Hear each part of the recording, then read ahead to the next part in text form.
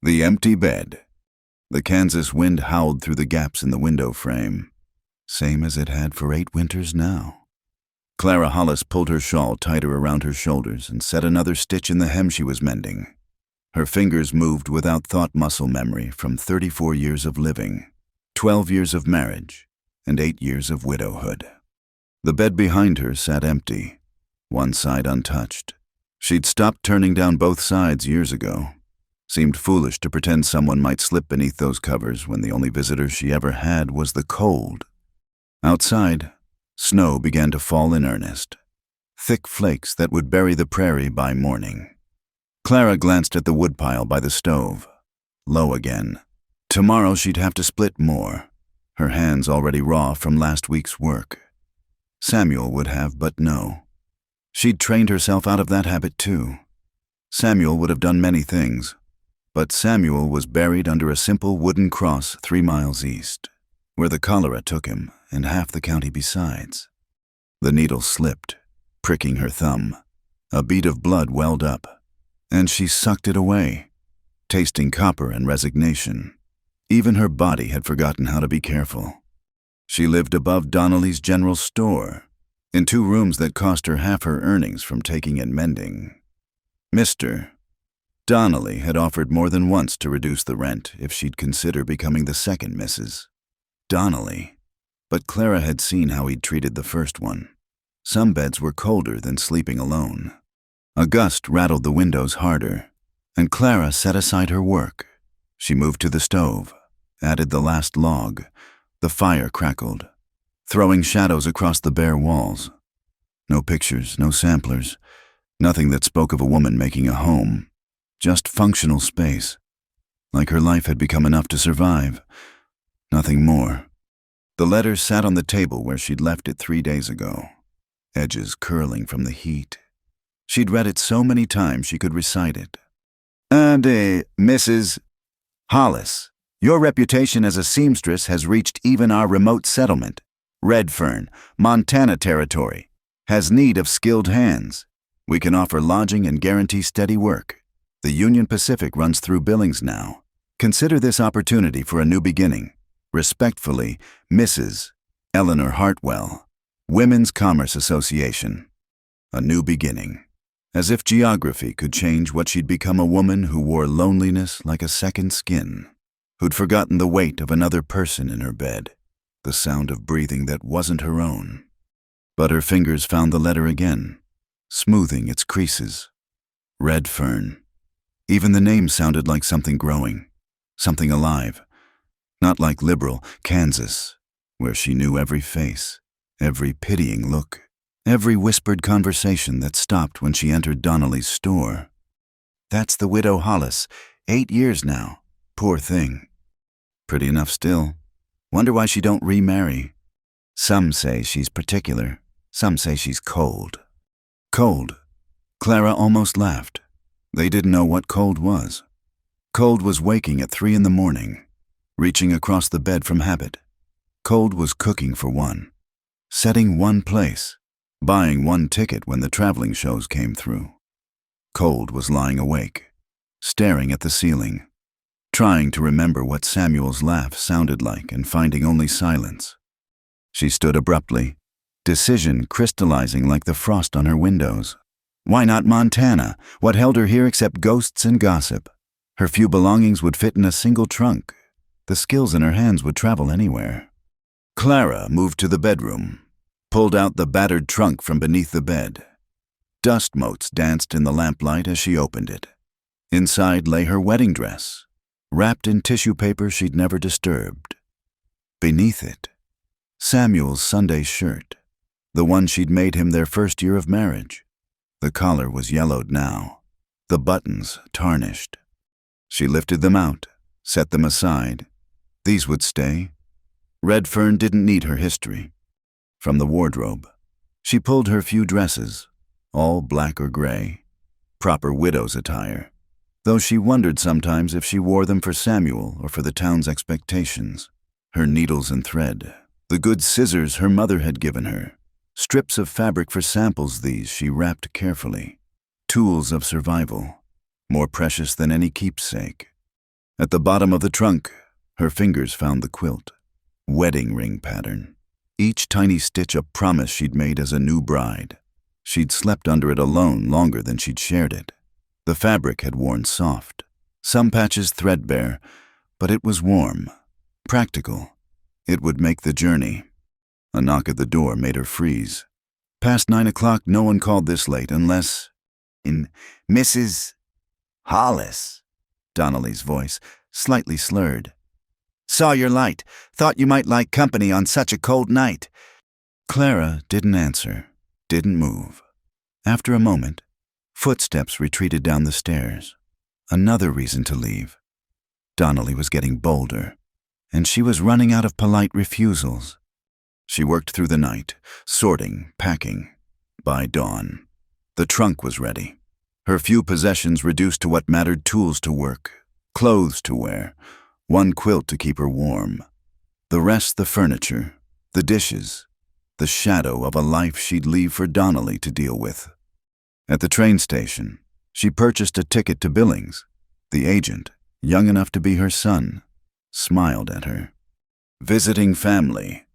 Starting over, she said, surprising herself with the honesty. His smile faltered. Uncertain how to respond, Clara didn't help him. She'd grown comfortable with other people's discomfort.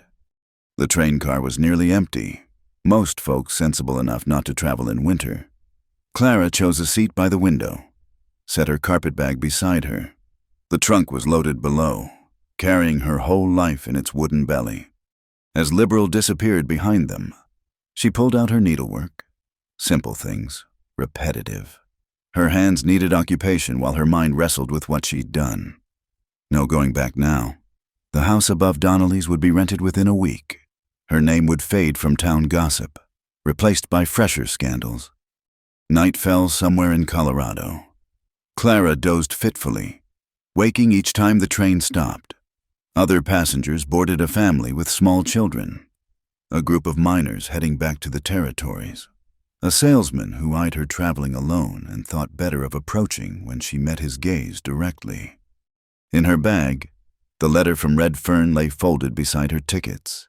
A new beginning, Mrs. Hartwell had written. Clara didn't believe in new beginnings. You carried yourself wherever you went, but maybe in a place where no one knew her as the widow Hollis, where her story hadn't been told and retold until even she believed that's all she was.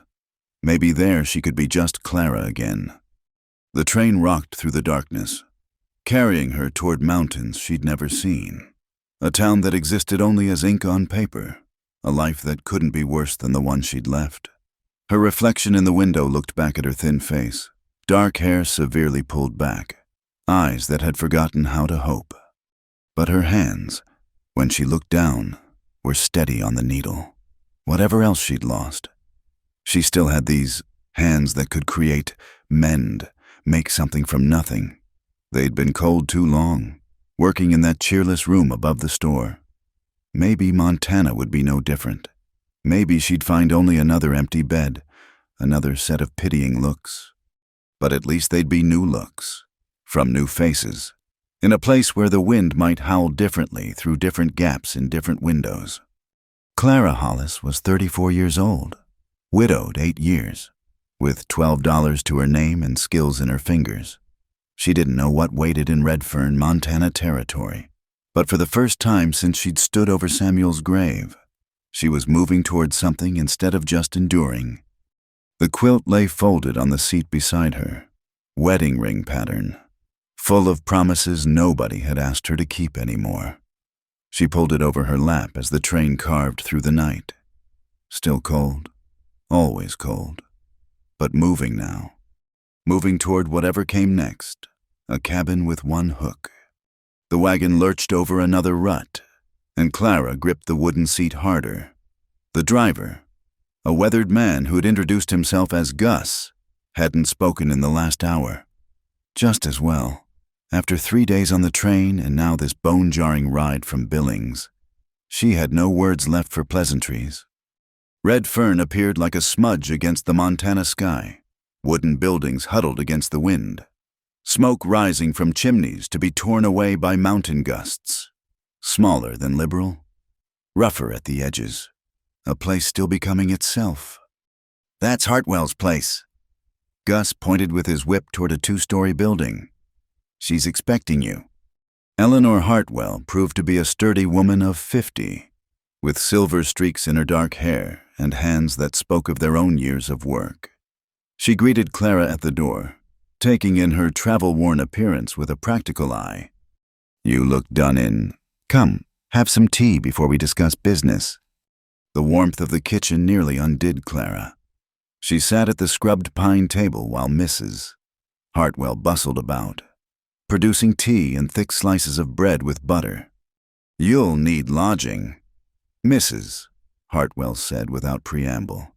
I'd offer my spare room, but my sister and her 3 children arrived last month. However, there's a cabin available. Reed Maddox owns it. He runs cattle east of town. His former cook lived there, but the man took off for the goldfields last month. I can pay fair rent. Clara said, I'm sure you can. Reed's reasonable about such things. He's... Mrs. Hartwell paused, choosing words.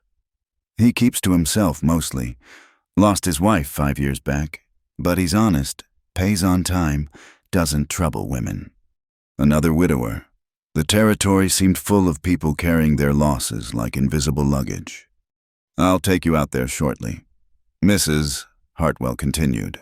First, let me show you the workspace I've arranged.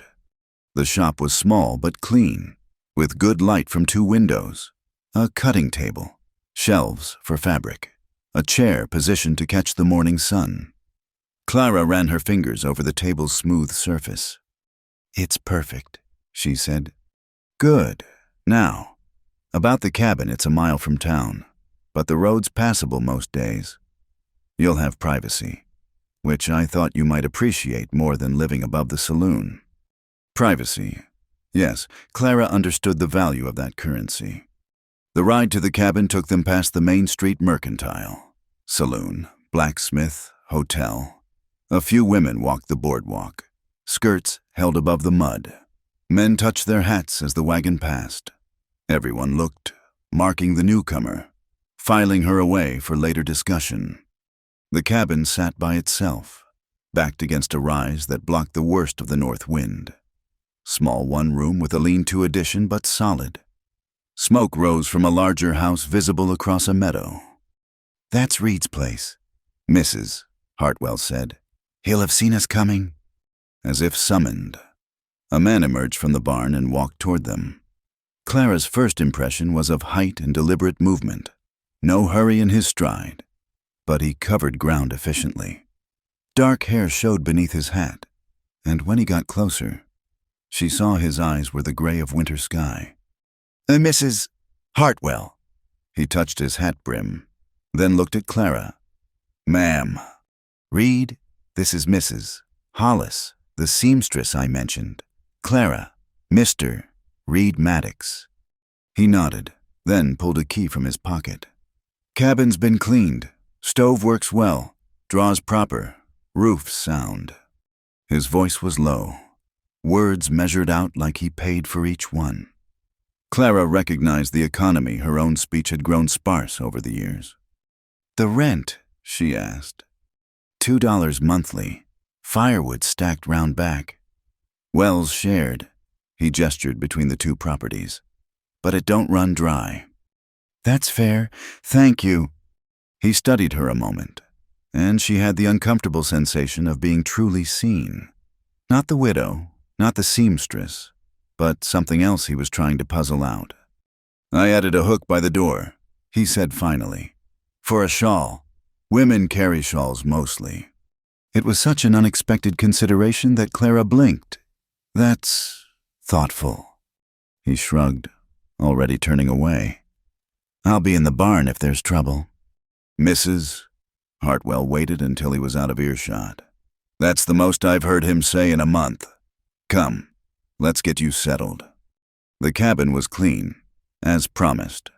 1 room with a bed, table, 2 chairs, and a good stove. The lean-to held a washstand and storage. Simple, functional. The hook by the door was placed at exactly the right height. Clara set her carpetbag on the table, testing the feel of the space, after misses. Hartwell left, promising to send Gus with her trunk. Clara walked the perimeter of her new home.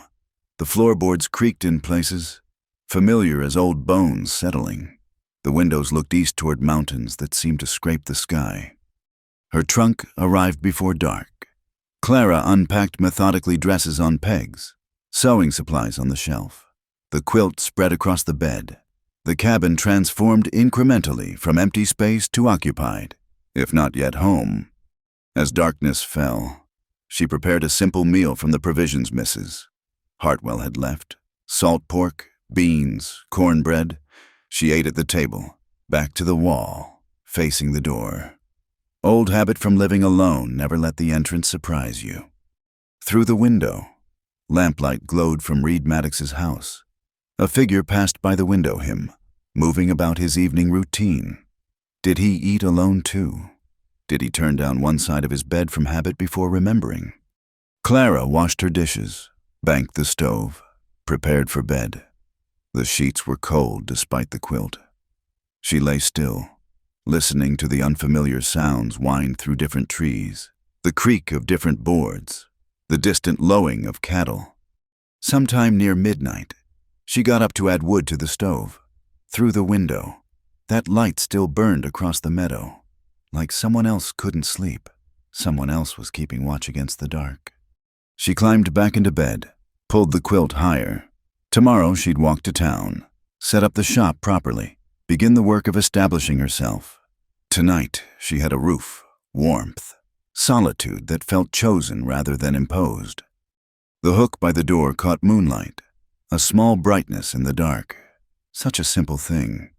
Yet it suggested something she'd almost forgotten, that someone might notice what would make life easier, might act on that noticing without expecting thanks or acknowledgement.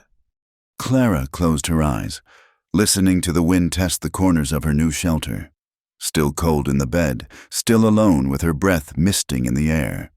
But the loneliness felt different here. Sharper, maybe, or just newer. Like everything else about her life now, the same weight carried to a different place. Across the meadow, the light finally went out. Two strangers in the dark, each in their own careful solitude. She wondered if Reed Maddox had trouble sleeping, if the empty space beside him felt as vast as hers. Wondered, then pushed the thought away. She hadn't come to Montana to wonder about taciturn cattlemen. But as sleep finally took her, she thought again of that hook placed at perfect height, and how sometimes the smallest gestures revealed the most about a person. How sometimes noticing was its own form of kindness, even between strangers who might never share more than borrowed ground and well water. The cold pressed in from all sides, familiar as breathing. But for the first time in 8 years, Clara Hollis slept in a bed that wasn't haunted by who had once shared it. Just empty, which was different from abandoned. Just quiet, which was different from silent. A beginning, even if it looked like every ending she'd known before. Her fingers remember warmth. Clara's fingers moved across the black wool, setting neat stitches in the torn seam of a coat. 3 weeks in Redfern, and already her hands knew the particular damages of ranch work: barbed wire tears, worn elbows, split shoulders from hefting hay bales. Different from Kansas, where she'd mended mostly Sunday clothes and ladies' dresses. The morning light slanted through the shop window, warming her workspace. She'd established a routine: quickly walk to town at dawn, work until dusk, walk home to the cabin. The townspeople had begun bringing their mending, cautious at first, then with growing confidence as word spread about her skill. 2 knocks at the door, steady, measured. Clara had learned to recognize that particular rhythm. "Come in, Mr. Maddox." Reed entered, removing his hat. He carried a bundle wrapped in brown paper, held carefully as if it might break. 3 times now he'd come, always with the same 2 knocks, always stepping back those precise 3 steps after entering. "Morning, Mrs. Hollis." He set the bundle on the counter. "Couple of shirts need mending. No rush." Clara unwrapped them, Work shirts, worn soft, with tears that spoke of hard use, but clean, she noticed, always clean, as if he took care not to burden her with more than necessary. "I can have these ready by Thursday," she said, examining the damage. One sleeve nearly torn away, another with the collar half detached. "That's fine." He pulled out his worn leather wallet, but Clara shook her head. "When I finish, Mr. Maddox, same as always." A ghost of a smile crossed his face. "Same as always."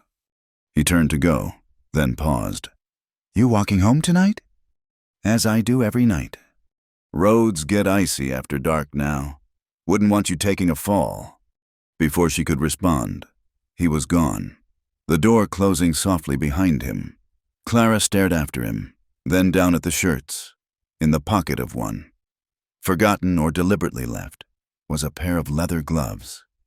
Women's gloves. Rabbit fur lined. She pulled them out, studying them. New, or nearly so. Too fine for everyday wear. Too practical for sentiment.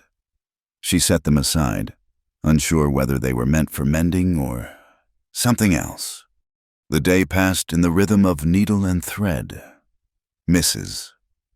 Hartwell stopped by with news of a wedding coming up, the banker's daughter, and the promise of dress orders. The minister's wife brought stockings to darn. Even some of the saloon girls had begun to seek her out, though they came early, before the respectable women arrived. As dusk approached, Clara packed up her work. The shirts went into her basket, along with the mysterious gloves. She'd ask Reed about them directly.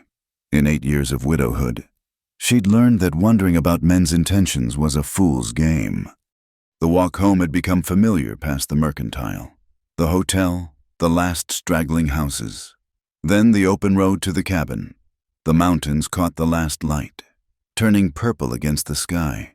Beautiful country, though lonely. Everything in Montana felt bigger, more spread out, as if even the land itself understood the need for distance between people. Halfway home, she heard hoofbeats behind her. She moved to the side of the road, but the horse slowed, matching her pace. "Mrs. Hollis." Reed, atop a bay gelding that looked as practical and unadorned as its rider. He swung down, taking the reins in one hand. "Mr. Maddox, did you forget something at the shop?" "No, ma'am." He fell into step beside her, the horse following placidly. "Just heading home myself." They walked in silence for a moment. Clara found it surprisingly comfortable. Not the strained quiet of forced conversation, but something easier. The crunch of boots on gravel, the horse's breathing, the distant cry of a hawk, all of it seemed enough. "Those gloves," she said finally. "Were they meant for mending?" "No." He kept his eyes on the road. "Noticed your hands at the well yesterday? Red from the cold. Mercantile had those in stock." Clara's fingers tightened on her basket handle. "I can't accept." "Not a gift." His voice stayed level. "Call it practical. Can't sew with frozen fingers. Bad for business." She almost smiled at the logic. "And if I said my business is my own concern, then I'd say you're right." He glanced at her sidelong. "But the gloves would still be yours, bought and paid for. Shame to waste them." They'd reached the turnoff to the cabin. Reed stopped, clearly intending to let her finish the walk alone. The propriety of it, the careful distance, made something in her chest tighten. "Thank you," she said, "for the gloves." He nodded, already turning back to his horse. "Gets cold here, colder than Kansas." "I'd wager." She watched him mount and ride toward his own place, then continued to the cabin. Inside, she lit the lamp and laid out the shirts for mending. The gloves she tried on, finding them a perfect fit. The rabbit fur felt soft against her work-roughened skin. As she worked on the shirts, she noticed things, how carefully they'd been mended before. Crude stitches that spoke of a man doing his own repair. A monogram on one pocket. RJM, Reed James Reed, John. She found herself wondering about his middle name, then chided herself for the foolishness. One shirt held the faint scent of cedar and leather, clean male sweat, something indefinable that made her pause with the needle halfway through a stitch. When had she last mended a man's clothes? Not since Samuel, and his had smelled of ink and pipe tobacco, the indoor scents of a clerk. Near midnight, she finished the last seam. The shirts hung ready for return, restored to usefulness. Her fingers ached, but pleasantly, from good work well done. She stood, stretching, and noticed the light across the meadow. Without thinking, she pulled on her shawl and stepped outside. The cold hit like a physical thing, making her gasp. But the sky was ablaze with stars, more than she'd ever seen in Kansas. The Milky Way arced overhead like God's own river. A figure stood by Reed's porch, also looking up. Even at this distance, she recognized the set of his shoulders. For a long moment, they both stood in their separate spaces, watching the same stars. Then she saw him raise one hand, a greeting or acknowledgement. Without thinking, she raised hers in return. Two people alone in the dark, connected by nothing more than simultaneity and starlight. Back inside, Clara prepared for bed. The gloves lay on the table, soft in the lamplight. Tomorrow she'd wear them on the walk to town. Not because Reed Maddox had given them to her, she'd insist on paying for them, but because her hands did ache from the cold, and practicality should always triumph over pride. But tonight, in the privacy of her cabin, she could admit that the gift-not-gift, purchase transaction had warmed more than her hands. Someone had noticed her red fingers. Someone had thought to do something about it. Such a small thing. Yet she'd lived 8 years in Liberal without anyone noticing such details. She thought of Samuel, tried to remember if he'd ever noticed when she was cold. But the memories had worn thin, like fabric washed too many times. She could recall facts: his height, his laugh, the way he took his coffee, but not the feeling of being seen by him. Reed Maddox had looked at her hands and seen the cold there, had looked at her cabin door and known where a shawl would hang. Small nothings. Yet they accumulated like snowflakes, each one insignificant until suddenly the whole world was covered. Clara banked the stove and climbed into bed. Still cold, still alone. But her hands inside the fur-lined gloves were warm. She flexed her fingers, feeling the soft rabbit fur, the careful stitching. Her hands remembered other warmth: Samuel's touch, her mother's, the babies she delivered for neighbor women before her marriage. All of it gone now, cooled to memory.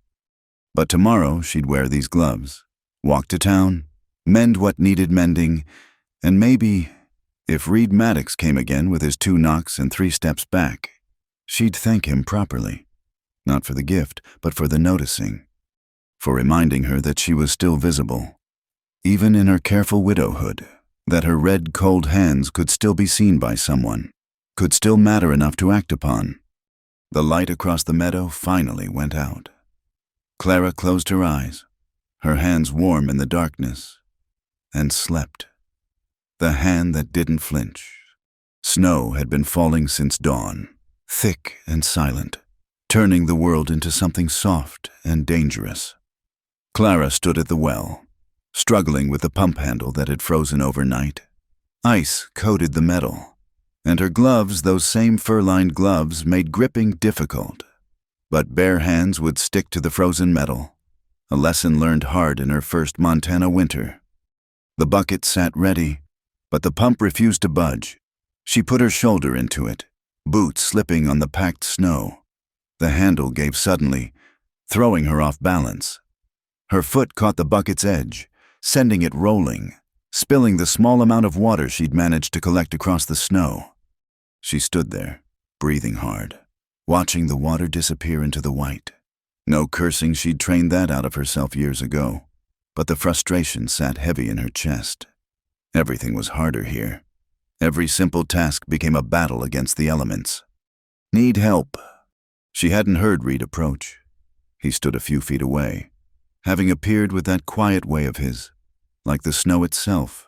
His horse waited by the fence, steam rising from its nostrils. "I can manage," Clara said automatically. He nodded, but didn't leave. Instead, he picked up the fallen bucket, set it beneath the spout, and wrapped both hands around the pump handle. The ice cracked under his grip, and water flowed in a stuttering stream. "Needs greasing," he said. "I'll bring some oil by later." Clara watched him work, noticed how he positioned himself to shield the bucket from the wind. Practical. Everything about Reed Maddox seemed built on practicality. When the bucket was full, he lifted it easily. "Where?" "The cabin. But I can—" He was already walking, leaving her to follow.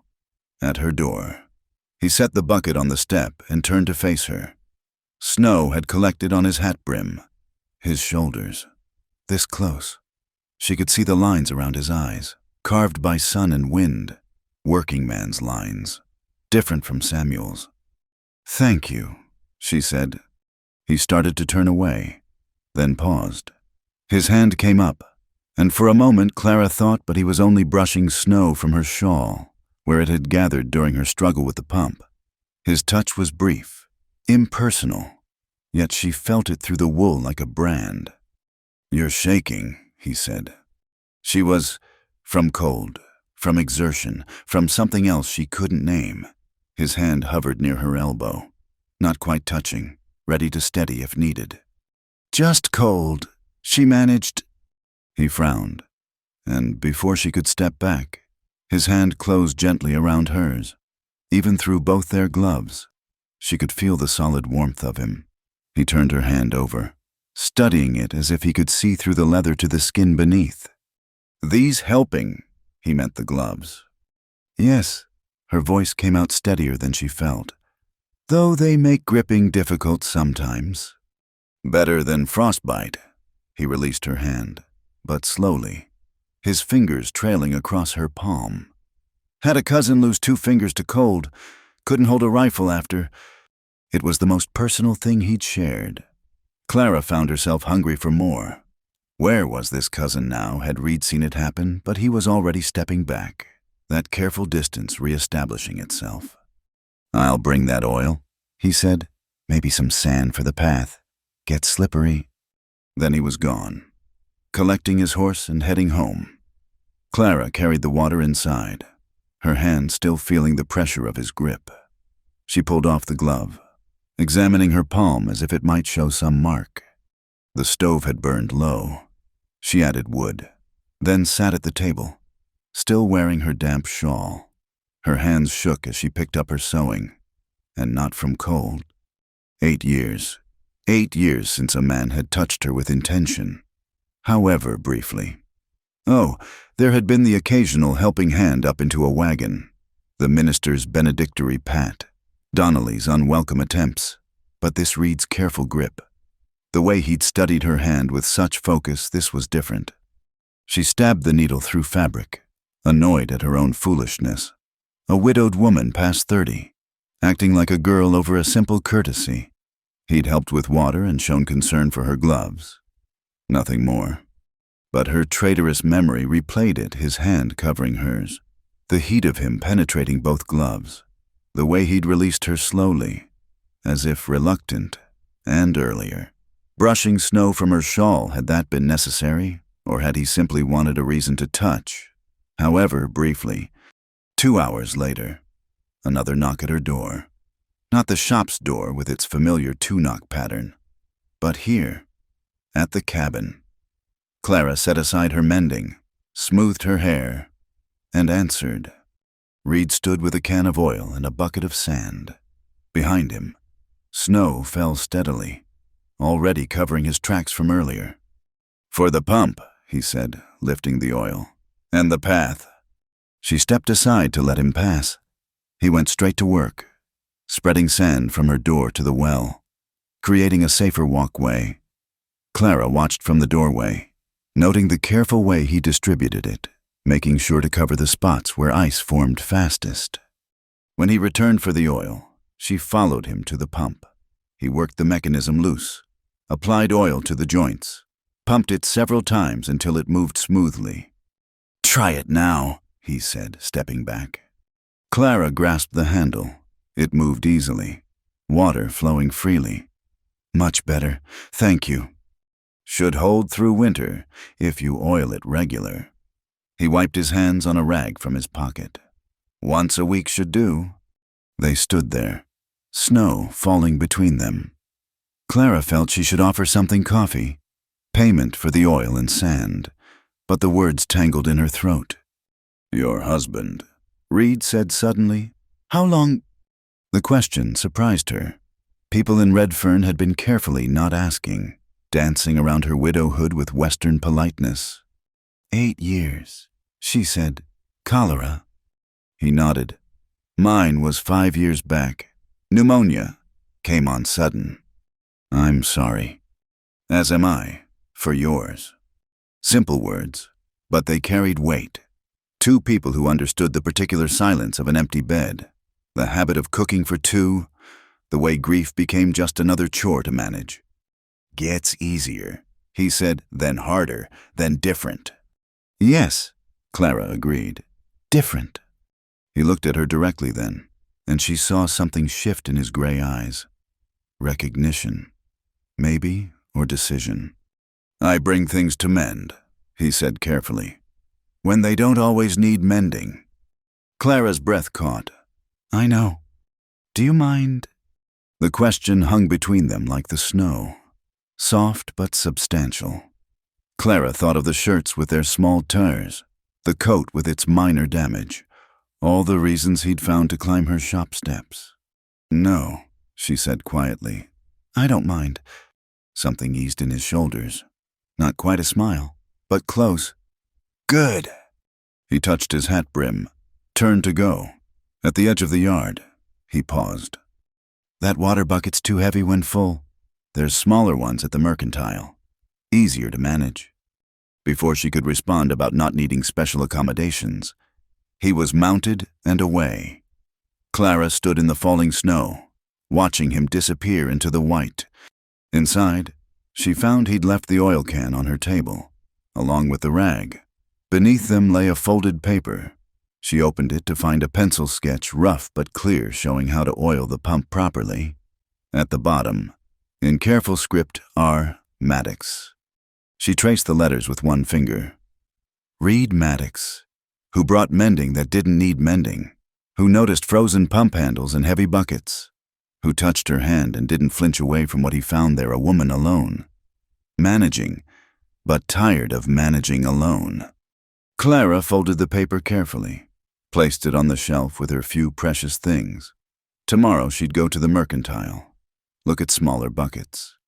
Not because she needed them, but because he'd noticed she might. Because sometimes accepting help was its own form of courage. Because 8 years was a long time to carry water alone. Because when Reed Maddox had taken her hand, she hadn't wanted him to let go.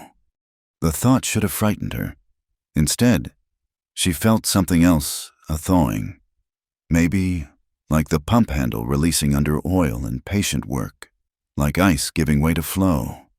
Not love, not yet, perhaps not ever, but possibility, which she'd thought frozen solid as Montana ground. Clara picked up her sewing, fingers steady now. Outside, snow erased all tracks, making the world new.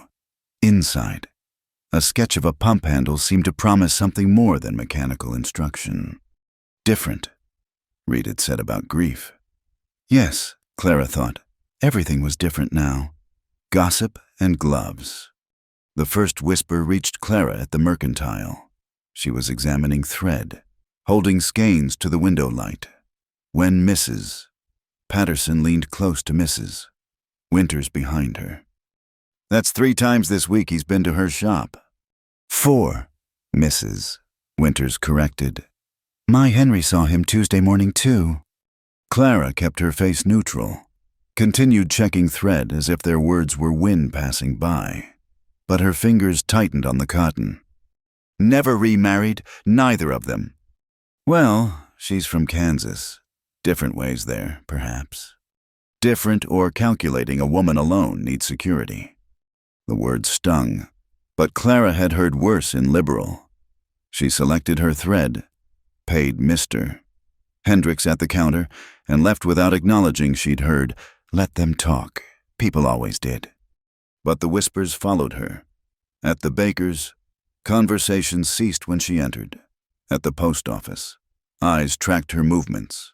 Even Mrs. Hartwell, usually direct as a hammer strike, seemed to choose her words carefully when Reed's name arose. "He's been amenable to the arrangement?" she asked during Clara's weekly visit to settle shop accounts. "The cabin rental, yes, quite fair. And nothing troubles you about the proximity?" Clara met her eyes steadily. "Should it?" Mrs. Hartwell flushed. "Of course not. I only meant well. People talk." "People always talk," Clara said. "In Kansas, they talked when I didn't remarry quickly enough. Then they talked when I refused offers. They'd have talked if I'd taken to drink or taken to church or taken to wearing yellow dresses. Talk is what people do." "You're right. Of course." Mrs. Hartwell shuffled papers unnecessarily. "Though I should mention several ladies have inquired about wedding dresses. The Carlson girl, the minister's niece, and 2 of the Murphy sisters. An olive branch, or perhaps a test."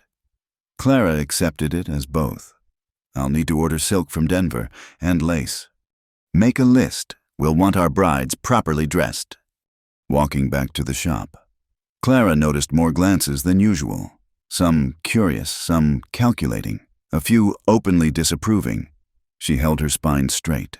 Steps measured. She'd learned long ago that reacting to gossip only fed it.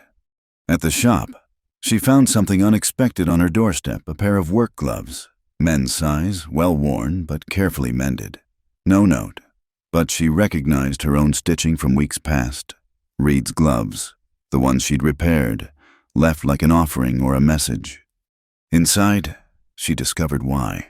On her work table sat her fur-lined gloves. She'd forgotten them that morning in her haste. He must have found them, left his own as replacement. The gesture was so practically thoughtful, so essentially Reed, that she found herself smiling. The door chimed. Mrs. Carlson entered with her daughter Emma, a pretty girl of 19 with nervous hands. "Mrs. Hollis, Mrs." Carlson began formally. "We've come about a wedding dress." "Of course. Please, sit." Clara brought out her pattern books, fabric samples, the sketches she'd drawn of modern styles. Emma's eyes lit up at a particular design, simple lines but elegant, with pearl buttons down the back. "This one," Emma breathed. "Oh, Mama, this one." "It's lovely, Mrs." Carlson agreed, then hesitated. "Mrs. Hollis, I hope you won't think me forward, but there's talk." Clara's hand stilled on the fabric. "There always is." "About you and Mr. Maddox, some say." She paused, choosing words. "Some say you're setting your cap at him." "And others say he's courting me." Clara kept her voice level. "Which version did you hear?" "Mrs." Carlson flushed. "Both, actually." "And which do you believe?" She glanced at her daughter, then back at Clara. "I believe Reed Maddox has been alone too long, as have you. Whatever intentions exist between you, they're your business." "But," Clara heard the word hovering, "but we're a small town. Appearances matter. If you're going to be making wedding dresses for our daughters, you want to know if I'm respectable enough." "That's harsh, but yes." Clara set down the fabric, folded her hands. Emma looked mortified, but Clara addressed her directly. "Miss Carlson, I've been widowed 8 years. In that time, I've supported myself honestly, troubled no one, asked for no charity. Mr. Maddox is my landlord and occasional customer. We treat each other with courtesy and respect, if that generates gossip. The fault lies not with us, but with those who see scandal in simple kindness." Emma nodded quickly. Her mother seemed to wrestle with herself, then sighed. "You're right. I apologize. The dress, can you have it ready by April?" "Certainly." They concluded their business, and Clara saw them out. At the door, Emma turned back. Mrs. Hollis, I think it's romantic. Not you and Mr. Maddox, I mean. If there is a you and Mr. Maddox, but just that you might find happiness again, after loss. Her mother hustled her away, but the words lingered. Romantic. Clara nearly laughed. What romance in frozen pump handles and mended shirts, in careful distances and cattle country practicality. Yet when she sat down to work, she wore Reed's gloves, too large, slipping on her smaller hands, but warm from his wearing. She pulled them off to sew, but found herself touching them periodically, like a talisman. Near closing time, the door chimed again. Not Reed, she knew his knock, but Martha Perkins, who ran the boarding house, a formidable woman of 60, widowed herself these 20 years. "Brought you some curtains, need hemming," Martha announced, though her sharp eyes took in everything, including the men's gloves on Clara's table. "Heard Carlson's girl was here." "Yes, wedding dress." "Good. Girl needs something nice." Martha settled into the customer chair, uninvited. "Also heard Reed Maddox has been here regular." Clara continued pinning the curtains. "He has mending like everyone else." That man could mend his own clothes blindfolded. His mother taught him well before she passed. Martha leaned forward. "You know what I think?" "I'm certain you'll tell me." "I think that man's been frozen solid since Beth died. I think you're thawing him out. And I think—" She held up a hand when Clara started to protest. "I think that scares the devil out of both of you." Clara's hand stilled. Martha nodded, satisfied. "Been widowed longer than you. Girl, I know the look. That careful way you hold yourself, like you might break if you bend. He's got it too, but lately—" She shrugged. "Lately, he looks less like a man walking through winter." "Mrs. Perkins." "Martha, and I'm not here to gossip. I'm here to say folks will talk regardless. Might as well give them something worth talking about." She stood, joints creaking. At the door, she paused.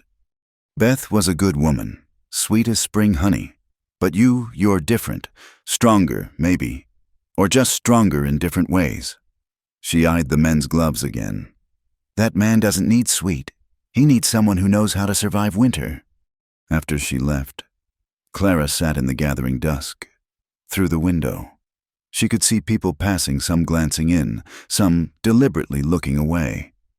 Tomorrow there would be more whispers, more speculation about the widow and the cattlemen, about gloves left on doorsteps and too many mending visits. Let them talk. She had dresses to make, a business to run, a life to build in this mountain town. If Reed Maddox was part of that life as landlord, as customer, as whatever he was becoming, then so be it. She gathered her things, including both pairs of gloves. His she'd return tomorrow when she brought his mending. Hers she slipped on, feeling the rabbit fur soft against her skin. Outside, snow began to fall. Early yet, but winter came when it pleased in Montana. Clara walked toward home, and if she looked for a tall figure on horseback, if she felt disappointment at the empty road, that was her business alone. At the cabin, she found footprints in the fresh snow. On her doorstep, precisely placed, sat a small can of oil for the pump. No note, but none needed. Reed had come while she was working, left what she needed, gone without knocking. Clara picked up the can, weighed it in her hands. Such a practical gift, such a Reed gift. Inside. She set it on the shelf next to his sketch. These small accumulations of care. Through her window, light glowed from his house. Was he eating supper alone? Did he wonder what she'd thought of the oil? Did he know about the gossip? And did it matter to him? She lit her own lamp, prepared her simple meal. Tomorrow she'd return his gloves, collect whatever mending he'd invented need for.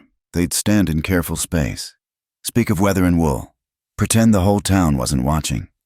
But tonight, she wore his gloves while she ate, too large and absurd at her small table.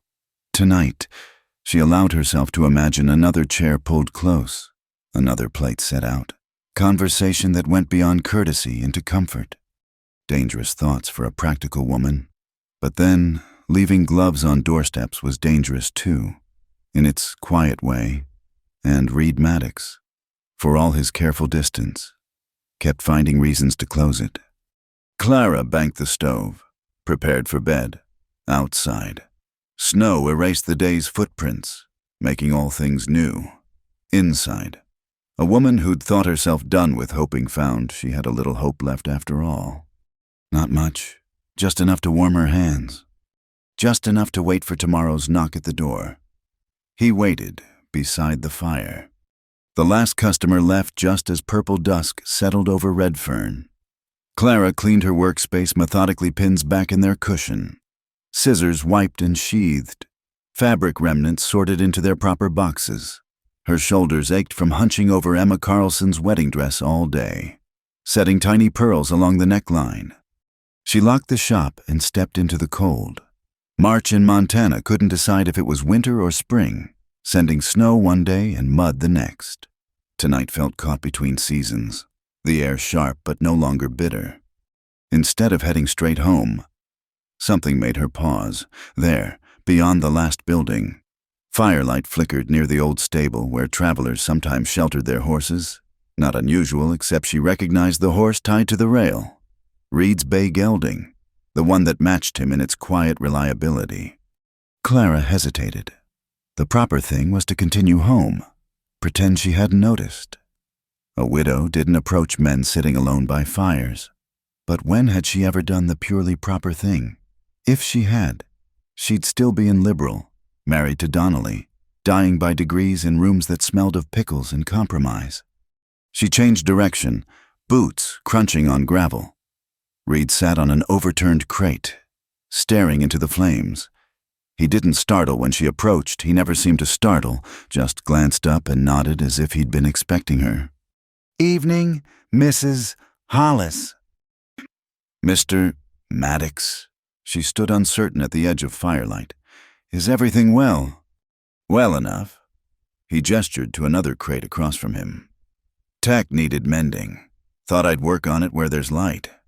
A reasonable explanation, except she could see no tack, no tools, just a man sitting alone, watching flames eat wood. She recognized the posture she'd sat at herself many nights, when walls pressed too close and memories needed burning. Clara fetched the indicated crate, positioned it at a careful distance.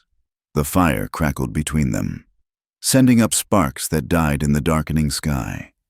Neither spoke for long minutes, and Clara found the silence comfortable as worn cloth. "Coffee." Reed produced a battered pot from beside his crate. 2 tin cups. He'd been expecting her, or hoping. The thought sent warmth through her chest. "Thank you."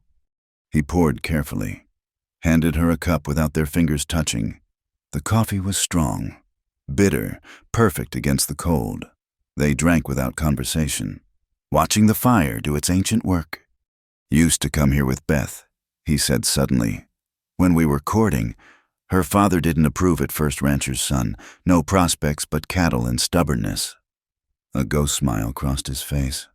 "So, we'd meet here, halfway between proper and improper." Clara wrapped both hands around her cup. She won him over eventually. She won everyone over. That was Beth's gift, making people feel warmer just by being near. He added a stick to the fire. "Nothing like me." "No," Clara agreed. "You're different." He looked at her sharply, perhaps expecting polite denial. But Clara had spent too many years with pretty lies. "You make people feel steady," she continued. "Like there's something solid to lean against if needed." "That how you feel?" The question hung between them like smoke. Clara considered deflection, then chose truth. "Sometimes, when I'm not busy being too proud to need steadiness. Pride's not the worst fault. Know what is." "Fear." He said it simply, like stating the weather. "Fear makes us small, makes us cruel sometimes. Pride just makes us careful." Clara studied him across the flames. This was the most he'd ever spoken to her at once, as if the fire had loosened something in him, Or perhaps it was the approaching dark, the way nightfall made confessions easier. "What are you afraid of?" she asked. He was quiet so long she thought he wouldn't answer. Then, forgetting and remembering, both, he met her eyes. "You. Being seen," she admitted, "and not being seen. Also both." He nodded as if this made perfect sense. Perhaps it did. To another person carrying loss like a second skeleton. "I see you," he said quietly. 3 words, simple as struck matches, but they lit something in Clara's chest, made her breath catch. When was the last time someone had said that and meant it, really meant it? Not just seeing the widow or the seamstress or the proper woman alone, but seeing asterisk her asterisk. She couldn't respond, couldn't find words that wouldn't sound too large or too small. So she did something else. She extended the coffee cup back to him, and when he reached for it, she let their fingers overlap.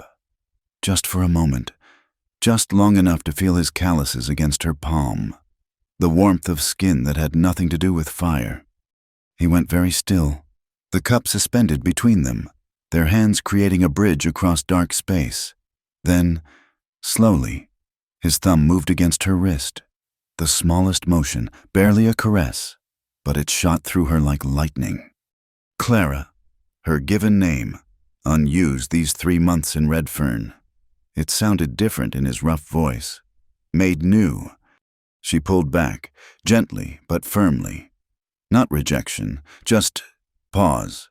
They weren't youngsters courting by firelight. They were grown people with ghost-filled histories, with careful habits of solitude. Whatever this was becoming needed time to strengthen, like good thread twisted proper. Reed seemed to understand. He took the cup, set it aside, returned his gaze to the fire. But something had shifted in the air between them, some barrier worn thin as morning ice. "I should head home," Clara said eventually. "Early customer tomorrow." "I'll walk you." "That's not necessary, I know." He stood, kicked dirt over the fire.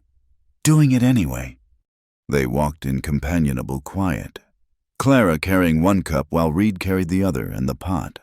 The stars emerged overhead, brilliant in the clear mountain air. At her cabin door, they stopped. "Thank you," Clara said, "for the coffee and the company." "Thank you for stopping." He shifted his weight, and she sensed he wanted to say more.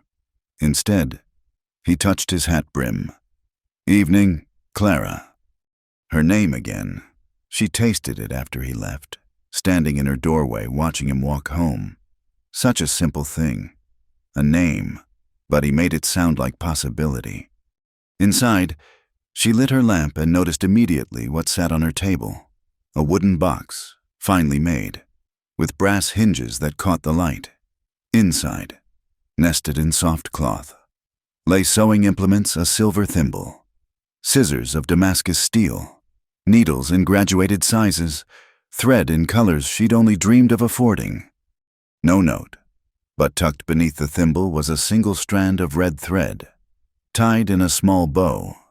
Red, red, Reed. A signature in textile, private as their coffee by the fire. Clara lifted the scissors, tested their weight. Perfect balance, edges sharp enough to cut shadow. These weren't mere tools, they were investments, chosen by someone who understood her work was more than mere mending. She sat at her table, running fingers over each implement. He must have ordered these from Denver, maybe farther, planned and waited and chosen the moment to leave them. While she worked on wedding dresses for other women, he'd been thinking of what would make her work easier, better, more joyful. Through her window, his house showed no light, already abed, or sitting in darkness as she sometimes did. Replaying moments by firelight, did his hand remember the shape of her wrist as clearly as her wrist remembered his touch. Clara prepared for bed but found sleep elusive. Her mind kept returning to the fire, to coffee shared in silence, to 3 words, "I see you," that seemed to echo in the cabin's quiet. She'd been seen before. Of course, Samuel had seen her, in his way, had loved what he saw, or thought he did. But there was something different in how Reed looked at her. Not seeing what he hoped to find or expected to find, but seeing what was actually there. A woman who'd grown careful with her heart, who knew how to be alone but was tired of needing to be, who could sit by a fire and not need to fill silence with chatter.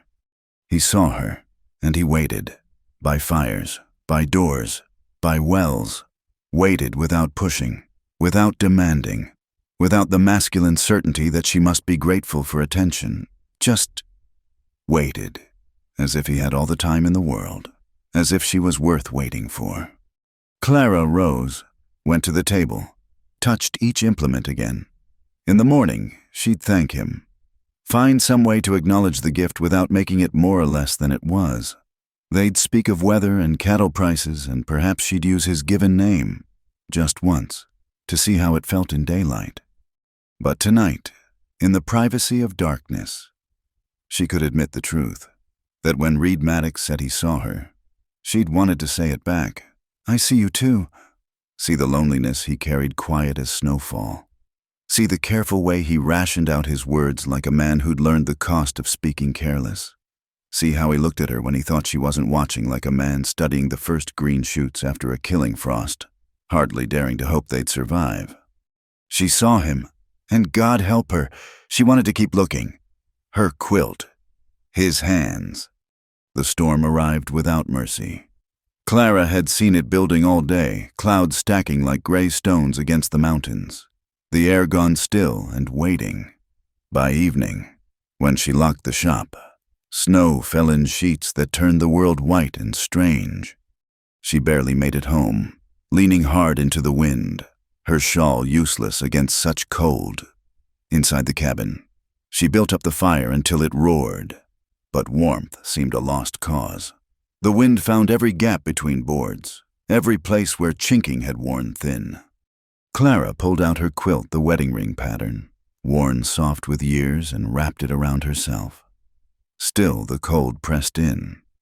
She made tea, drank it scalding, felt it cool in her stomach.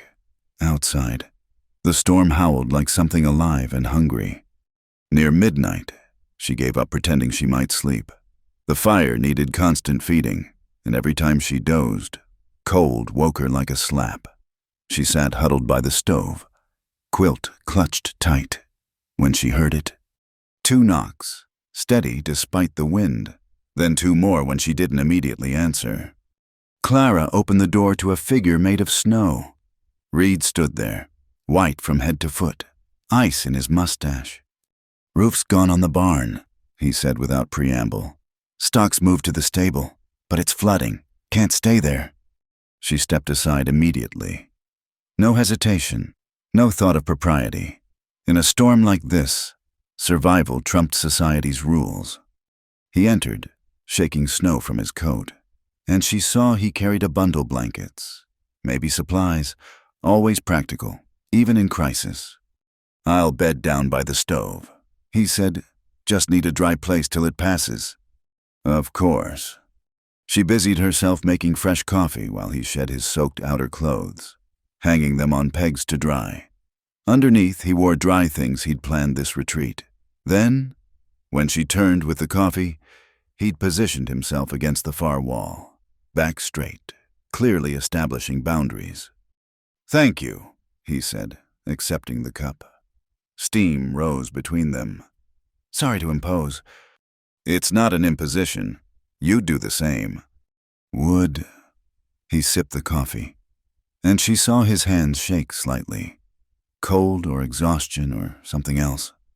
Been a while since a storm hit this hard. Clara returned to her chair, pulling the quilt around her again.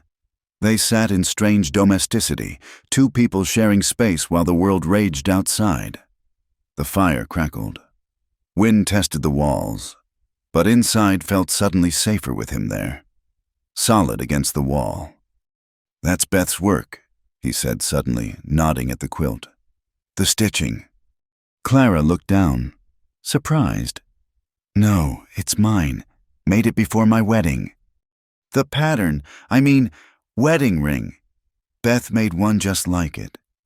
A pause. Buried her in it. The words hung heavy. Clara touched the fabric, thinking of another woman's hands setting similar stitches. Another bride planning a future that wouldn't come to pass. "I'm sorry," she said. "I didn't know." "No reason you would." He shifted against the wall. Pretty pattern. Hopeful. They lapsed into silence. Clara dozed despite herself, jerking awake when logs shifted in the stove. Each time, Reed was awake, watching the fire. Once she woke to find him feeding it, moving quiet as thought. "You should sleep," she told him. Hard to sleep sitting up. She looked at him, this man who'd brought her gloves and pump oil, who'd waited by fires and said her name like a prayer, this careful, grieving man who wouldn't take comfort even when freely offered. Reed. His name felt strange on her tongue. "This is foolish. We're not children. Take the bed." "Can't do that." "Then share it." The words came out steady, though her heart hammered. "The quilt's big enough. We're both dressed, both freezing, both too old for scandal to matter more than survival." He went very still. She could see him weighing it propriety against practicality, careful distance against simple human need for warmth. "Clara, I spent 8 winters alone in cold beds." She interrupted. "You spent 5. Maybe we could just not be cold, just for tonight." He stood slowly, like a man approaching something that might spook. "You're certain?" "I'm certain I'm tired of freezing for the sake of what people might think." He crossed to the bed, sat carefully on the far edge. Clara lay down, still wrapped in the quilt, and after a moment he stretched out beside her, on top of the covers. She noted, fully dressed, as far from her as the narrow bed allowed. But when she spread the quilt over both of them, he didn't protest. They lay rigid as boards, 2 people who'd forgotten how to share space. The storm rattled the windows. The fire painted moving shadows on the walls. "This is strange," Reed said to the ceiling. "Yes, but warmer." "Yes." She felt him relax incrementally. His breathing deepened, though she doubted he slept. Her own body slowly unknotted, accepting what her mind struggled with another person's warmth. The dip of the mattress under shared weight. The sound of breathing not her own. Sometime near dawn, she woke to find they'd shifted in sleep. Not improper, nothing that would shame either of them, but his hand rested near hers on the quilt, and her head had turned toward him like a flower seeking sun. The storm had quieted to steady snowfall. She studied his face in the gray light, younger looking in sleep. The careful lines smoothed away. His hand lay palm up, fingers slightly curled, and she fought the urge to trace the calluses there. He woke as she watched, eyes opening directly to hers. For a moment neither moved, caught in the strange intimacy of shared waking. Then reality reasserted itself. He sat up carefully, swung his legs over the bed's edge.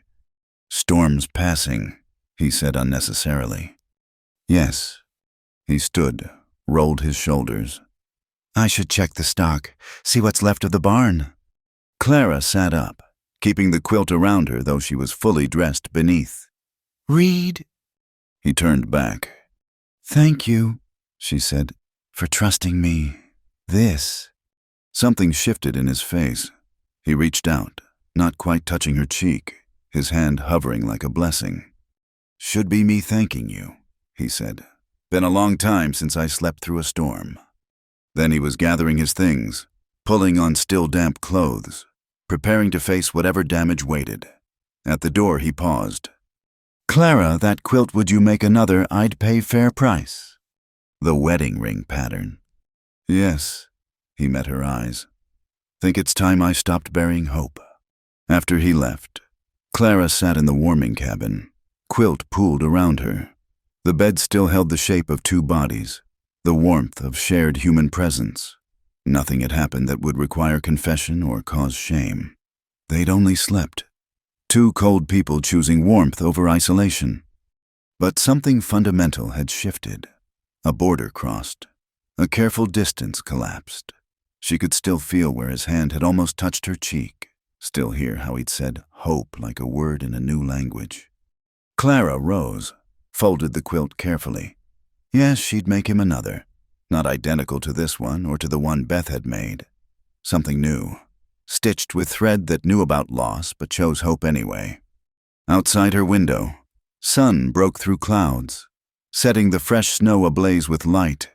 Across the meadow, she could see Reed moving between buildings, assessing damage, already rebuilding. Two people who'd slept cold for years, learning what it meant to share warmth. Just for one night. They'd said, just for the storm. But Clara, smoothing the quilt that had covered them both, suspected some storms changed the landscape permanently. Some cold, once broken, never quite returned the same. She dressed for the day, made breakfast, prepared to walk to town and face whatever gossip the storm had blown in. But first she pulled out paper, sketched a new quilt design. Wedding rings? Yes, but with variations, a pattern that knew about burial but believed in resurrection. A quilt for Reed Maddox, who was learning to hope again. A quilt for Clara Hollis, who was learning the same. Outside, the world gleamed new-made under snow. Inside, a woman who'd thought herself finished with tenderness discovered she had thread enough for one more try. The night that changed nothing and everything. Spring came tentatively to Montana, testing the air with warm breath before retreating behind late frosts. Clara worked on Reed's quilt in the evenings, each stitch a meditation on change. The wedding ring pattern emerged slowly under her hands, familiar but different, like everything between them now. 3 weeks had passed since the storm night. They'd fallen back into careful routine he brought mending. She repaired it. They spoke of weather and cattle and nothing that mattered. But something hummed beneath the ordinary, electric as summer lightning. She'd catch him watching her when he thought she wasn't looking. He'd find her doing the same. Their fingers would brush during exchanges, and neither pulled away quite as quickly as before. The whole town watched them not quite touching, not quite speaking what needed speaking. Then came another night of unexpected cold April playing at winter one last time. Clara had banked her stove and prepared for bed when she heard the knock. Not 2 steady raps, but something more urgent. She opened to find Reed, but not as she'd ever seen him. His face was drawn, eyes shadowed. He held his left arm awkwardly. "I'm sorry," he started, but she was already pulling him inside. "What happened?" "Fool horse spooked. Threw me into the fence." He grimaced. Shoulders wrenched. Couldn't manage the buttons. She saw then that his shirt hung loose, partially undone. Without thinking, she reached for the remaining buttons, working them free with steady fingers. Only when she pushed the fabric off his shoulders did she realize the intimacy of the act. "I should look at it," she said, voice carefully neutral. He nodded, let her guide him to the chair. By lamplight she examined his shoulder swollen, bruised, but nothing seemed broken. She'd tended worse, helped neighbor women with injured husbands back in Kansas. "I'll make a poultice," she said, "and you'll need a sling for a few days." She worked in silence, crushing herbs, heating water. When she turned back, she found him watching her with an expression that made her hands still. "What?" she asked. "You didn't hesitate," he said. "Just took charge, started helping." "Should I have left you to suffer?" "No." He shifted, winced. "But most people would have fussed first, asked questions, made it complicated." Clara applied the poultice carefully, trying not to notice the warmth of his skin, the way his breathing changed when her fingers pressed too near the injury. She fashioned a sling from clean cloth, easing his arm into position. "There," she said. "The swelling should ease by morning." "Thank you." They looked at each other then. Really looked. The lamplight made everything golden, his skin, her hands, the space between them that seemed to shimmer with possibility. "Clara," he said. "Don't," she interrupted. Whatever you're about to say out of gratitude or pain or this strange night, don't. Why? Because I'm not ready to hear it, and you're not ready to mean it. He was quiet a moment. Then, what if I said nothing about gratitude, nothing about tonight at all? Then what would you say? He reached out with his good hand, caught one of hers. His thumb traced the places where needles had left calluses, the spots where years of work had written themselves into her skin. I'd say that I wake up looking for smoke from your chimney, that I time my trips to town to catch you walking home, that I've started 20 letters and burned them all because words don't work right when it comes to you. Clara's breath caught. Read.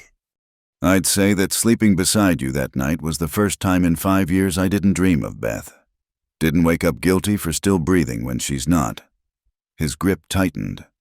I'd say I'm terrified, and tired of being terrified, and that you make me want to be brave again. The words hung between them like stars, distant and burning and impossible to touch without being changed. Clara turned her hand in his, interlaced their fingers. I'm scared too, she admitted. Scared of hoping, scared of not hoping, scared that I've forgotten how to be anything but alone. You're not alone now. No, she agreed. I'm not. They sat there, hands linked, saying nothing more with words. The silence felt full, gravid with promise and threat equally. Two people who'd learned to live with loss, contemplating the terrible risk of joy. Finally, Clara stood. You should rest. Take the bed and don't argue. I'll sit up. No. He stood too, swaying slightly. We did this before. Shared warmth. Nothing more. We can do it again.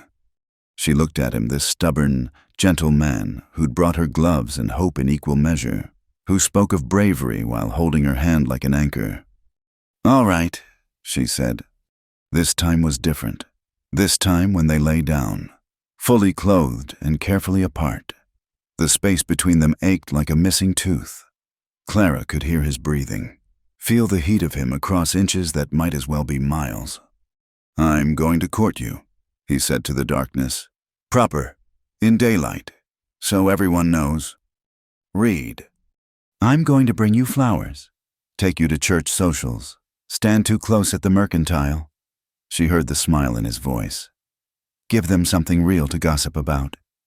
You hate town socials. I hate most things that aren't cattle or quiet, but I'll suffer them for you. Clara turned toward him then, though they still didn't touch. And if I said I don't need grand gestures, don't need you to be anything but what you are, then I'd say you deserve them anyway. Deserve to be courted like you matter, because you do.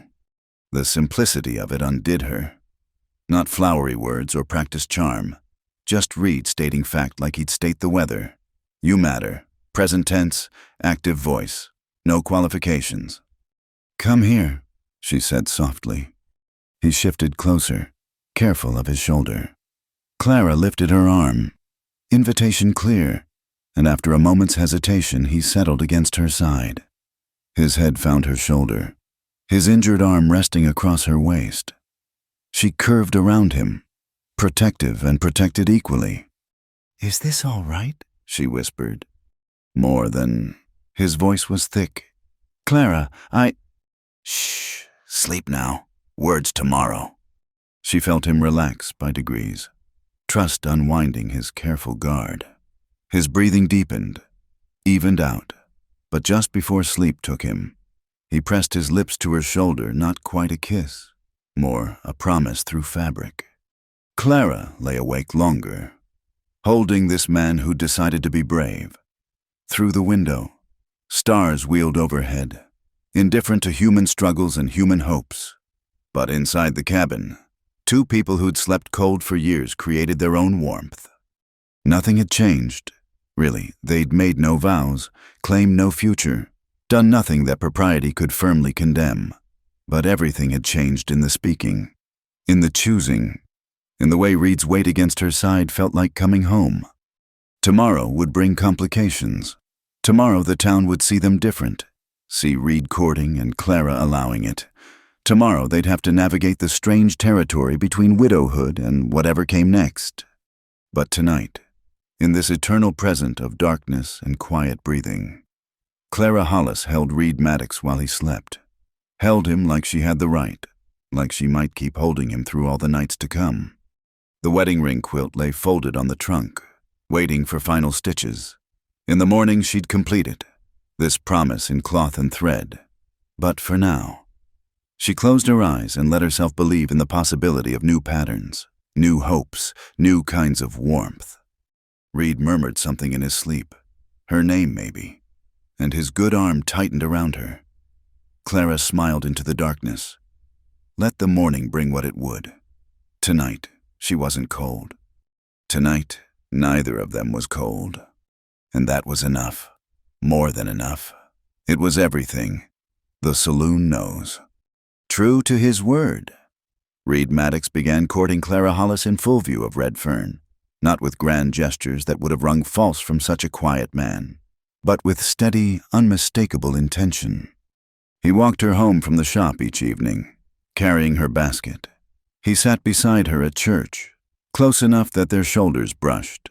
He brought her coffee at midday, standing in her shop to drink his own while she worked, comfortable in shared silence. The town watched, of course. Clara could feel eyes tracking them from behind curtains, heard conversations pause when they passed. But the whispers had changed tenor, less scandalized, more curious, even approving in some quarters. Never seen Reed smile so much, Tom Henderson mentioned while Clara hemmed his Sunday trousers. Not since Beth passed. He doesn't smile much now, Clara said, keeping her stitches even. Maybe not with his mouth, Tom allowed, but his whole face looks different when you're around. Lighter, somehow. 3 weeks into this public courtship. Clara was arranging fabric when Martha Perkins bustled in, followed by the minister's wife, Agnes Carroll, and, surprisingly, 2 of the saloon girls, Pearl and Ruby. Afternoon, ladies. Clara greeted them, wondering at this unlikely gathering. We've come to talk sense, Martha announced, settling her considerable bulk into the chair. About you and Reed. Clara's hands stilled. I wasn't aware sense was lacking. Don't get prickly, Pearl said, perching on a crate. She was young, maybe 20, with kind eyes despite her rouge. We're here to help. Help with what, exactly? Agnes cleared her throat delicately. With Reed, dear. The man's courting you like he's reading from an instruction manual. Someone needs to tell him women appreciate more than punctual walking companionship. Clara felt her defenses rise. Reed's courtship suits me perfectly. Does it? Ruby asked. She was older than Pearl, with laugh lines that suggested she'd found humor in hard places. When's the last time he actually told you how he feels in words? Clara thought of that night, Reed's halting confession in the dark, but that was private, not for town consumption. He shows me daily. Showing's good, Martha agreed. But a woman needs words too, promises, plans. Why are you telling me this?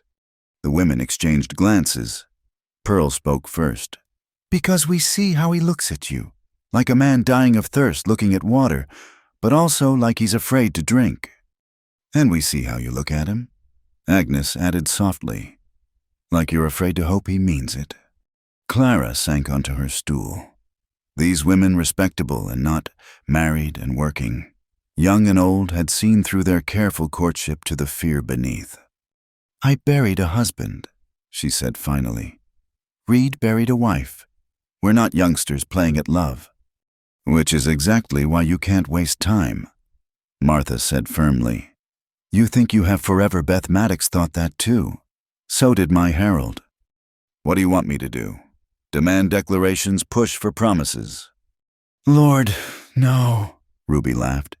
That'd send any man running, especially one as skittish as Reed, but maybe give him openings, let him see you want the words. How? The women looked at each other again. Some silent communication passing between them. Then Pearl grinned. Leave that to us. Clara felt alarm spike through her. Whatever you're planning, trust us. Agnes patted her hand. Sometimes a man needs the whole town's help to say what needs saying. They left in a flutter of skirts and mysterious smiles, leaving Clara deeply uneasy. Redfern's idea of help could range from subtle to catastrophic, with little middle ground. That evening, Reed arrived as usual for their walk, but instead of heading straight home, he steered her toward the hotel. "Thought we'd take supper in town tonight," he said, "if you're amenable."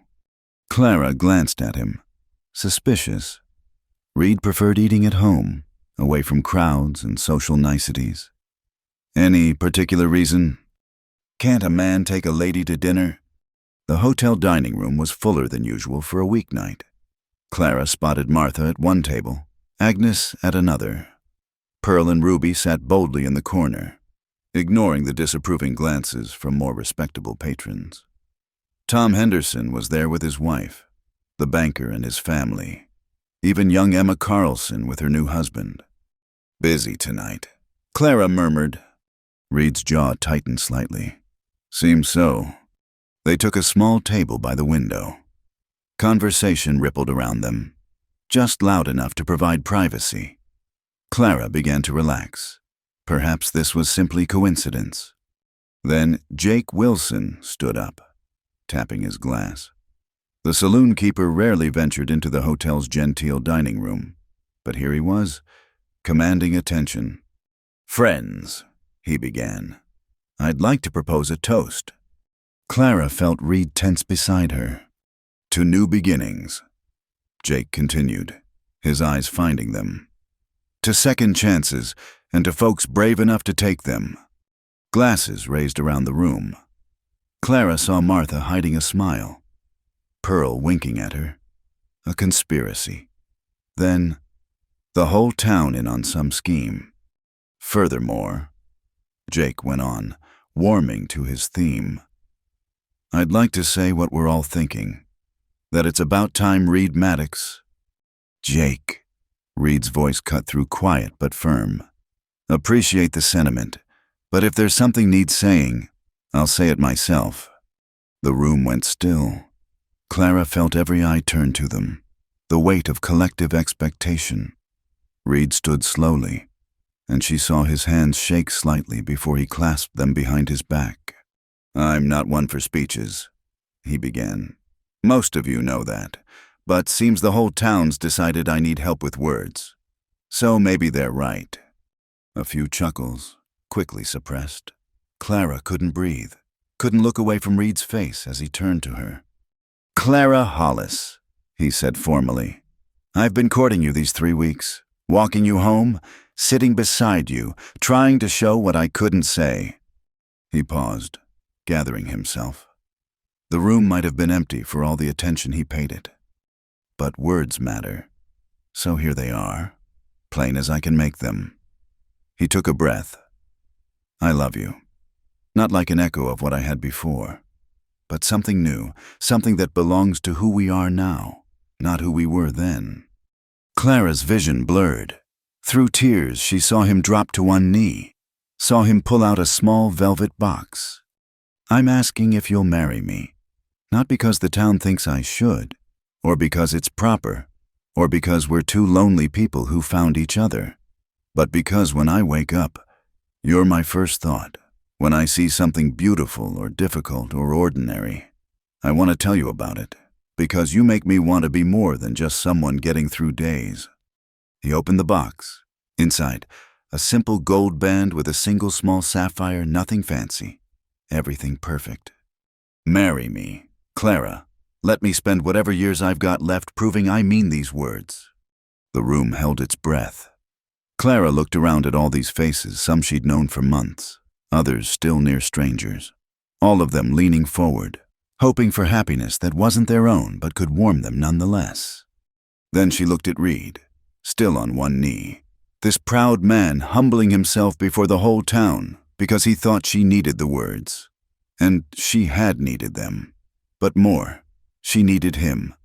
"Yes," she said, clear enough for everyone to hear. "Yes, Reed, I'll marry you." The room erupted. Cheers, applause, Martha Perkins actually crying. Reed slipped the ring onto Clara's finger with hands that trembled, then stood and kissed her brief, proper, but firm with promise. "About time," someone shouted. Jake Wilson called for drinks on the house, which, given it was the hotel's dining room, caused some confusion. Emma Carlson hugged Clara, whispering that she'd need a wedding dress now. Pearl and Ruby saluted her with raised glasses, their part in the conspiracy complete. Through it all, Reed kept hold of her hand. When the chaos settled slightly, he leaned close.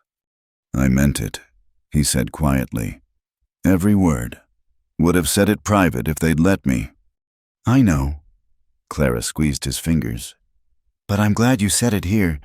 Now the whole town knows Reed Maddox loves me." "They already knew," he said. "Been obvious for weeks, apparently."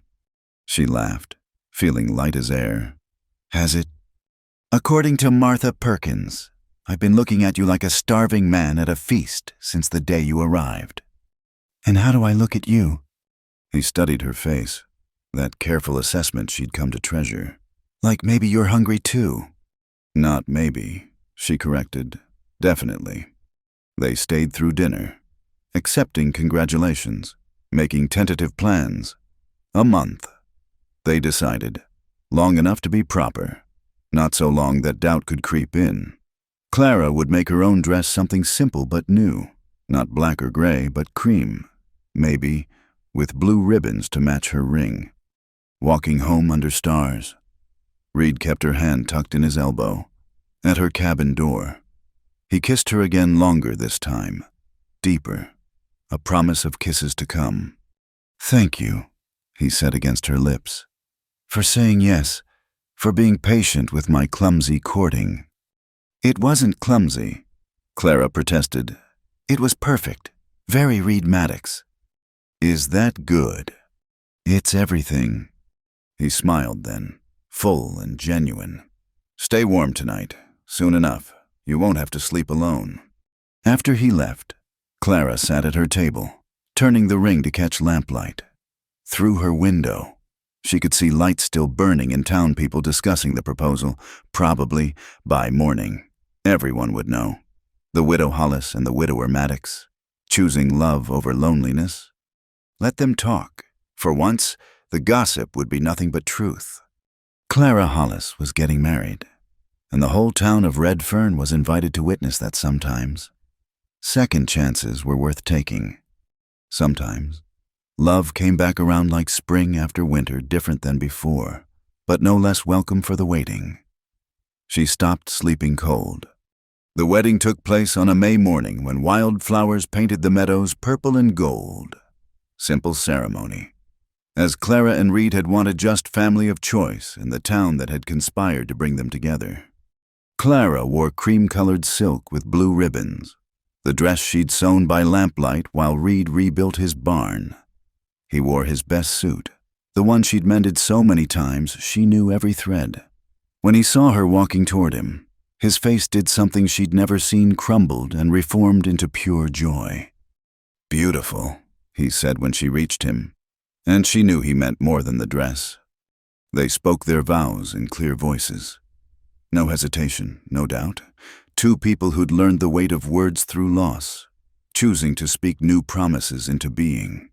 Afterward, the whole town celebrated at Martha Perkins's boarding house. Tables groaned under food offerings. Everyone had contributed something. Jake Wilson had somehow produced champagne. Emma Carlson, round with her first child, pressed a handkerchief into Clara's hands. "My grandmother's," she said, "for luck. Though you don't need it, anyone can see you two were meant to find each other." As evening fell, Reed and Clara slipped away from the festivities. His house, their house, now waited across the meadow. Clara had moved her things that morning, hanging her dresses beside his shirts, placing her sewing basket near his reading chair. Small acts of intertwining that made her breath catch. "Nervous?" Reed asked as they walked. "No," Clara said, then laughed. "Yes, both. Is that possible?" "Everything's possible now." Inside, he'd prepared things carefully. Fire in the hearth, fresh flowers on the table, the bed made with new sheets, and her heart turned over the wedding ring quilt she'd finished for him. "Thought it should be here," he said, suddenly shy. "Where we start new." Clara touched the quilt, traced the interlocking rings, all those nights stitching by lamplight, working hope into fabric. Now here it lay, ready to warm them both. "Read," she began, then stopped. How to say what this meant? This room, this quilt, this man who'd waited patiently while she learned to trust again. He came to stand behind her, arms circling her waist. "I know," he said simply. "Me too." They stood that way as darkness fell properly, watching stars emerge through the window. The same stars she'd watched alone all those years, that he'd watched grieving Beth, now witnessed together, changed by the seeing. "I used to dream about her," Reed said quietly. "Every night. Sometimes good dreams, sometimes the ending, but always her." Clara leaned back against his chest. "When did they stop?" "The night of the storm. When you let me stay, I dreamed about nothing, just slept. Woke up and felt not guilty, just grateful. For the rest, for you being there." His arms tightened. "Been grateful every day since." "I stopped being cold," Clara said. "Not just that night, but after, like something frozen finally melted. I'd forgotten what it felt like to be warm from the inside." They turned to face each other. By firelight. Reed's face showed all its weathering, all its care, beautiful to her because it was his, because she'd earned the right to trace those lines with her fingers. "I love you," she said, words she'd held back even after accepting his proposal. Not as replacement or consolation. You, Reed Maddox, this version of us, who we are now. "Clara," he breathed, and kissed her. Different from their careful public kisses, this had heat beneath tenderness, promise made flesh. When they broke apart, both breathing unsteadily, he rested his forehead against hers. "Bed," he asked. "Bed," she agreed. They prepared with the small rituals of new intimacy banking the fire, blowing out lamps, moving around each other in growing darkness. When they lay down together, legally and properly this time, Clara felt no awkwardness, just rightness, deep as bone. Reed gathered her close, and she fitted herself against him like they'd been practicing for this all along. His hands were gentle but sure, work roughened but careful. He touched her like something precious but not fragile, a woman who'd survived her own winters and chosen to share his spring. "All those nights," he murmured against her hair. "All those cold, empty nights. Worth it to get to this one." Clara turned in his arms, kissed him with 8 years of loneliness transformed into tenderness. They moved together, quiet and sure. Two people who'd learned that some things were worth waiting for, worth the grief that came before, because it taught them to recognize joy when it finally arrived.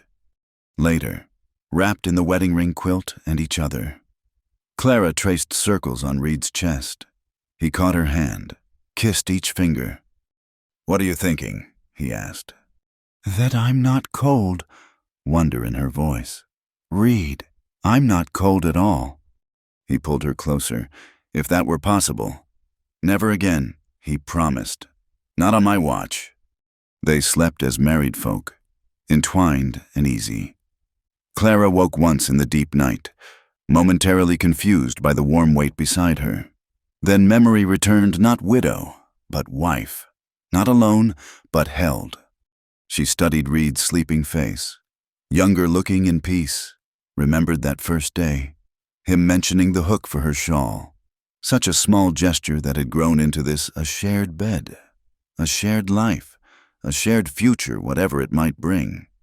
Through the window, she could see her old cabin across the meadow, empty now, waiting for Redfern's next soul seeking shelter. She hoped whoever came next found what she'd found, not just roof and walls, but home, not just survival, but life abundant.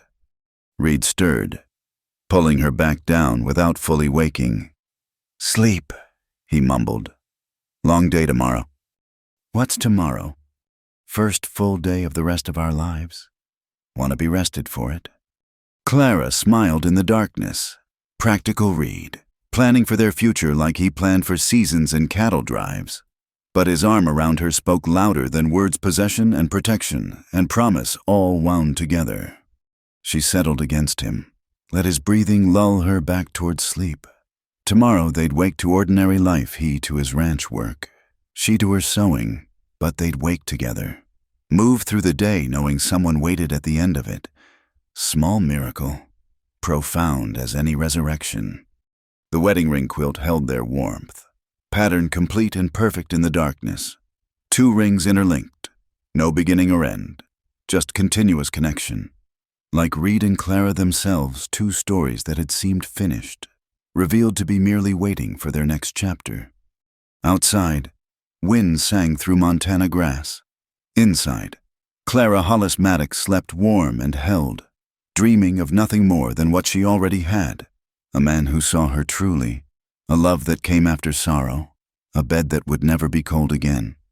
Sometimes that was what happily ever after looked like, not grand gestures or perfect happiness, but 2 people choosing each other daily, choosing warmth over cold, companionship over solitude, hope over fear.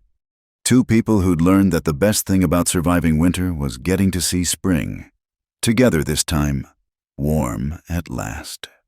Forever warm. Thank you so much for listening to this story. I'd love to hear where you're enjoying this tale. Are you listening at home, during your commute, or perhaps while working? Please share your thoughts in the comments below. And let's connect over our shared love of these frontier stories. If you enjoyed this, please subscribe to Wild West Stories 1850 and hit that like button. And don't forget to press the hype button to help more people discover these heartwarming tales of the Old West. Your support means everything.